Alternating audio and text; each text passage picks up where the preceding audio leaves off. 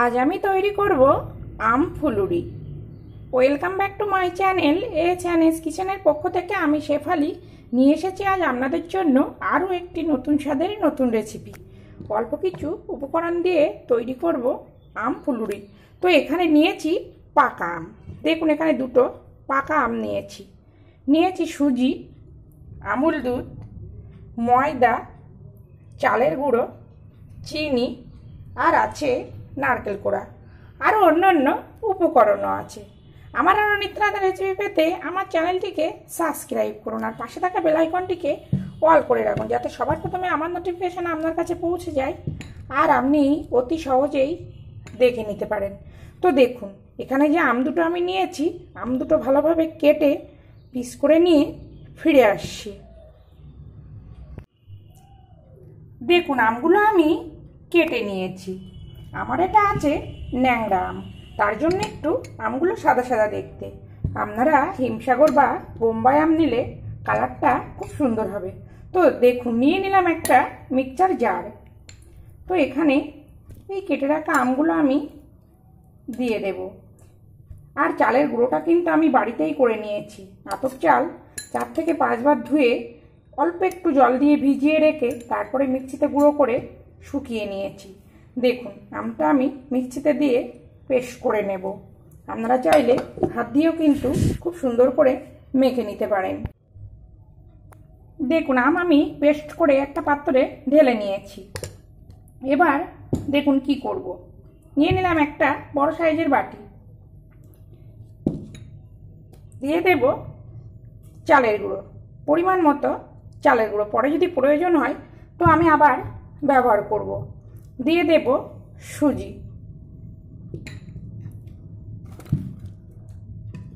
দিয়ে দেব চিনি, সবই কিন্তু পরিমাণ মতো দেব। তবে কি আমটা যদি খুব মিষ্টি হয় সেক্ষেত্রে কিন্তু চিনিটা একটু বুঝে দিতে হবে, কেননা এখানে আমি আমুল দুধ ব্যবহার করব। আমুল দুধটাও কিন্তু অনেকটাই মিষ্টি। এবার দিয়ে দেব ময়দা। অন্য অন্য উপকরণ ছাড়া ময়দাটা একটু কম দেব, তা না হলে চিট ভাবটা এসে যাবে। দিয়ে দেব গুঁড়ো আমুল দুধ আর দিয়ে দেব পরিমাণ মতো লবণ। দিয়ে খুব সুন্দর করে এই শুকনো উপকরণটা মিশিয়ে নেব।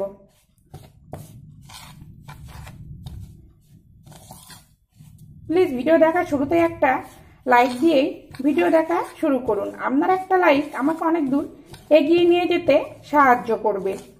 আর আমার বন্ধুদের কাছে আমি কিছু চাইবো, সেটা হলো আমার এক বন্ধু, মানে বন্ধু না, আমি তাকে দিদিভাই বলি, আর আমার খুব প্রিয়।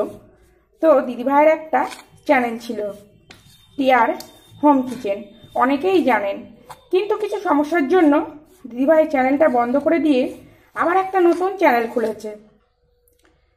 সেই চ্যানেলটার নাম হলো টিয়ার রান্নাঘর।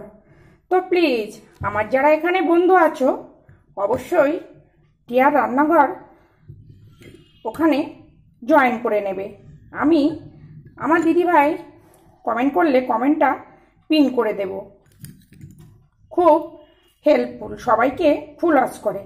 দেখুন এখানে আমি আরেকটু ময়দা আর একটু সুজি ব্যবহার করলাম, দিয়ে আরও সুন্দর করে মিশিয়ে নেব। দেখুন সব শুকনো উপকরণ খুব সুন্দর করে মেশানো হয়ে গেছে। এবার এখানে যে আমের পাল্পটা আমি করে রেখেছি, আমের পাল্পটা দিয়ে দেব। আমের পাল্পটা যতটা প্রয়োজন ততটা দিয়ে আমি এটা খুব সুন্দর করে মেখে নেব। আর সঙ্গে দেব নারকেল কোড়া, তবে নারকেল কোড়াটা অপশনাল। যারা নারকেল কোড়া না খেতে চান তারা কিন্তু না দিলেও কোনো সমস্যা নেই, কিন্তু এখানে নারকেল কোড়াটা দিলে খেতে খুবই ভালো লাগবে। তবে এবার আমি এটা হাত দিয়ে মেখে নেব, কেননা এটা চামচ দিয়ে কিন্তু মাখলে হবে না। দেখুন আমের পাল্পটা কিন্তু পুরোটাই আমি দিয়ে দিয়েছি। তো আমি এটা মেখে নিয়ে ফিরে আসছি। দেখুন সব উপকরণ আমি খুব সুন্দর করে মেখে নিয়েছি, তবে এটা একটু নরম ভাব আছে। এটা কিন্তু আমি 20 মিনিট রেখে তারপরে এই ফুলুরিগুলো ভেজে নেব, কেননা এর মধ্যে সুজি দেওয়া আছে, সুজিটা কিন্তু অনেকটাই ফুলে যাবে। তো আমি 20 মিনিট পরে ফিরে আসছি।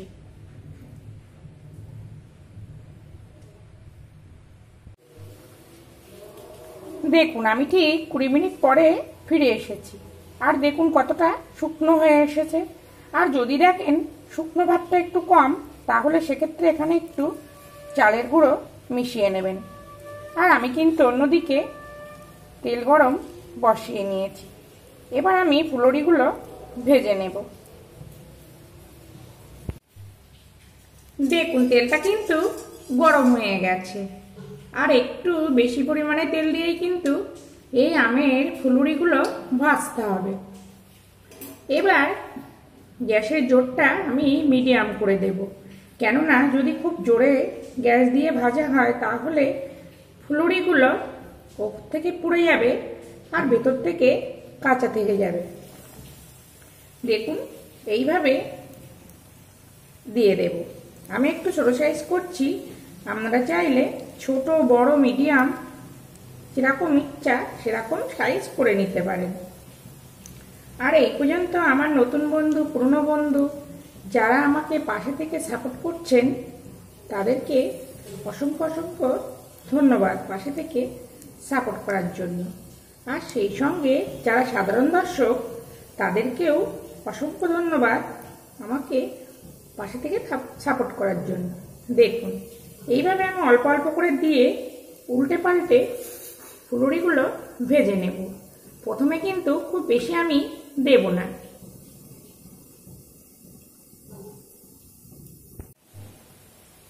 দেখুন আম ফুলুরিগুলো উল্টে পাল্টে লাল করে ভেজে নিয়েছি। যেহেতু এখানে চিনি দেওয়া সেই জন্য কিন্তু ফুলুরিগুলো খুব বেশি লাল হবে না। তো আপনারা যদি বেশি লাল চান সেক্ষেত্রে এখানে একটু ফুড কালারও কিন্তু ব্যবহার করতে পারেন, বা চিনি ছাড়া গুড় দিয়েও এই ফুলুরিগুলো তৈরি করে নিতে পারেন। তো দেখুন এইভাবে নেড়ে নেড়ে আর একটু লাল করে ভেজে আমি তুলে নেব। আর একইভাবে বাকি ফুলুরিগুলো ভেজে নেব। তো আপনারাও এভাবে বাড়িতে আমের ফুলুরি তৈরি করুন, আশা করছি খেতে খুবই ভালো লাগবে। আর যদি ভালো লাগে প্লিজ প্লিজ আমার চ্যানেলটিকে সাবস্ক্রাইব করে পাশে থাকুন। আর খুব বেশি ভালো লাগলে একটা শেয়ার অবশ্যই করে দিন। দেখুন আমি একইভাবে সব ফুলুরিগুলো ভেজে ফিরে আসছি। দেখুন আম ফুলুরি আমার রেডি হয়ে গেছে। দেখুন কত সুন্দর দেখতে হয়েছে, খেতেও কিন্তু ততটাই সুন্দর। তো আপনারা এভাবে বাড়িতে আম ফুলুরি তৈরি করুন আর পুরো পরিবারের সঙ্গে শেয়ার করুন। আমি আবার ফিরে আসবো নতুন কোনো রেসিপি নিয়ে।